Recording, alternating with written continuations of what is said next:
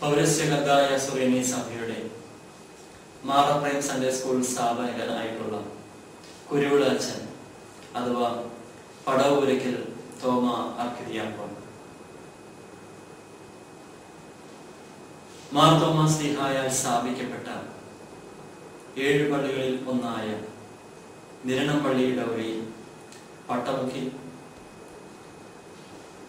Thomas ലീഹായിൽ നിന്ന് ജ്ഞാനസ്നാനം സ്വീകരിച്ചിട്ടുള്ള പടവുപുരയ്ക്കൽ കുടുംബത്തിൽ 1022 ചിങ്ങം 12 കുര്യാക്കോസ് ഭൂജാതനായി. ഇട്ടിത്തൊമ്മൻ മകൻ കുര്യാക്കോസ് നല്ല സാമ്പത്തിക ശേഷിയുള്ള കുടുംബത്തിൽ ജനിച്ച ഇദ്ദേഹത്തിന് ഉയർന്ന വിദ്യാഭ്യാസവും ലഭിച്ചു. വൈദിക പാരമ്പര്യമുള്ള കുടുംബത്തിൽ ജനിച്ച ഇദ്ദേഹം വൈദിക വിദ്യാഭ്യാസം നേടി ഒരു വൈദികനായി തീർന്നു. ഉദയംപേരൂർ സുൻഹാദോസിന് മുൻപുള്ള സഭാ ചരിത്രത്തിൽ ആകർഷിക്കപ്പെട്ട് പൗരസ്ത്യ സഭയുടെ വേരുകൾ തേടി ഇറങ്ങിയ ഇദ്ദേഹം പാലായിലെ ഇളന്തോട്ടത്തിൽ വെച്ച് മാർ ഔദീശോ മെത്രാപ്പോലീത്തായെ കണ്ടുമുട്ടുന്നതിന് ഇടയായി. അന്നു മുതൽ മരണം വരെയും ആ ബന്ധം നിലനിന്നിരുന്നു. മാർ ഔദീശോ മെത്രാപ്പോലീത്തായുമായുള്ള കണ്ടുമുട്ടൽ താൻ അന്വേഷിച്ചു കൊണ്ടിരുന്ന തിരുസഭയുടെ സത്യവിശ്വാസത്തിലേക്ക് തന്നെ വഴി നടത്തി എന്ന് തന്നെ അദ്ദേഹം വിശ്വസിച്ചു. 1874 മുതൽ 1882 വരെയുള്ള കാലഘട്ടത്തിൽ തൃശൂർ മാർത്തോമറിയം വലിയ പള്ളി ഭരിച്ചിരുന്ന മാർ മേലോസ് മെത്രാൻ മാർ ഔദീശോ മെത്രാപ്പോലീത്തായെ സഹായിക്കുന്നതിന് മിഖായേൽ അഗസ്തീനോസിനെ കോറപ്പിസ്കോപ്പ പട്ടം നൽകൊടുത്ത് ഉയർത്തിയിരുന്നു. എന്നാൽ ഇദ്ദേഹത്തെയും വൈദികരെയും പ്രമാണിമാരെയും വശത്താക്കുവാൻ കത്തോലിക്ക വിഭാഗം പരിശ്രമിച്ചിരുന്നു.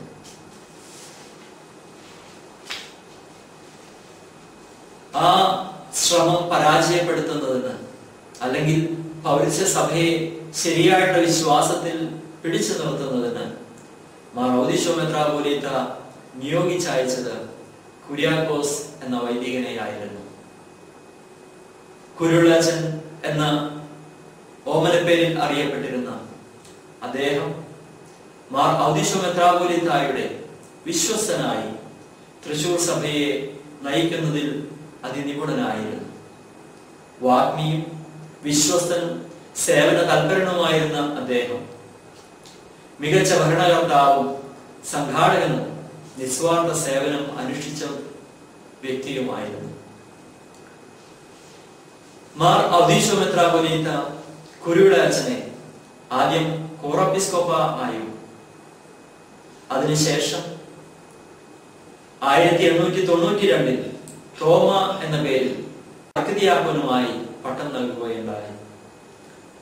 കത്തോലിക്കർ അഗസ്റ്റിൻ കോറപ്പിസ്കോപ്പയെ വശത്താക്കിയപ്പോൾ തൃശൂർ സഭയെ അതിന് വിശ്വാസത്തിൽ നിലനിർത്തുന്നതിന് വേണ്ടി മാർ ഔദീശോ മെത്രാപ്പോലീത്ത തിരുമേനി ഇദ്ദേഹത്തെ ചുമതലപ്പെടുത്തി. 1896 മാർ ഔദീശോ മെത്രാപ്പോലീത്ത തൃശൂർ വന്ന് ഭരണം ഏറ്റെടുത്തു. എന്നാൽ അധികം വൈകാതെ 2 വർഷങ്ങൾക്ക് ശേഷം 1898 ഇളന്തോട്ടത്തിൽ നിന്നും കുരുളച്ചനെയും അദ്ദേഹം തൃശൂരിലേക്ക് കൊണ്ടുവന്ന് തന്നോടുകൂടെ സ്ഥിരതാമസമാക്കിച്ചു.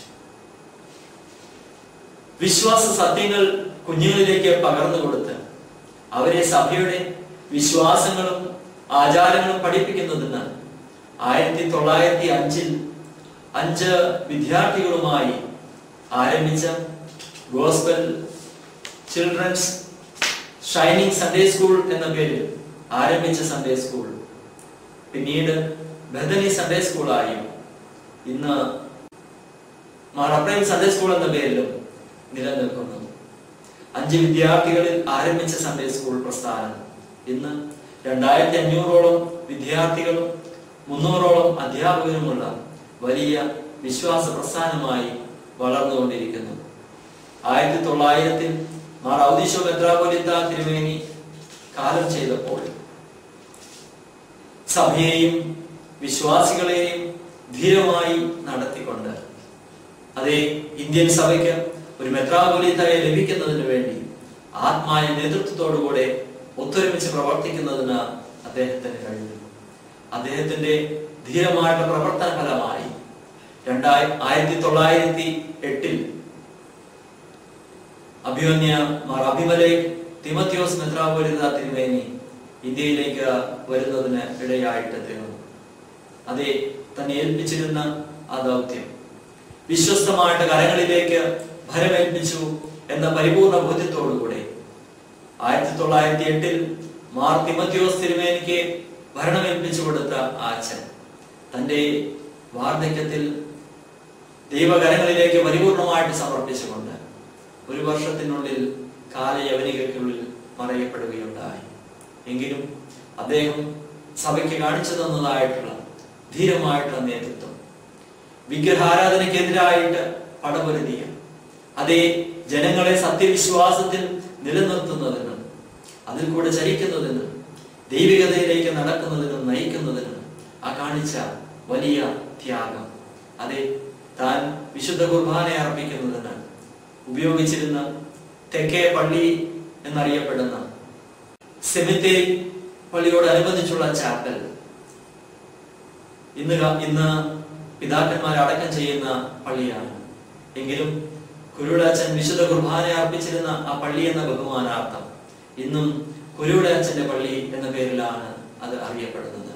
അതേ സൺഡേ സ്കൂൾ പ്രസ്ഥാനങ്ങളിലൂടെ തന്റെ ധീരമായിട്ടുള്ള പ്രവർത്തനങ്ങളിൽ കൂടെ തന്റെ ശക്തമായിട്ടുള്ള പ്രസംഗങ്ങളിൽ കൂടെ വിശ്വാസ ധീരത വാർത്തെടുക്കുന്നതിന് സഭയെ സത്യവിശ്വാസം നിലനിർത്തുന്നതിന് അദ്ദേഹം കാണിച്ച വലിയ മാതൃക അത് നമുക്ക് പകർത്താം.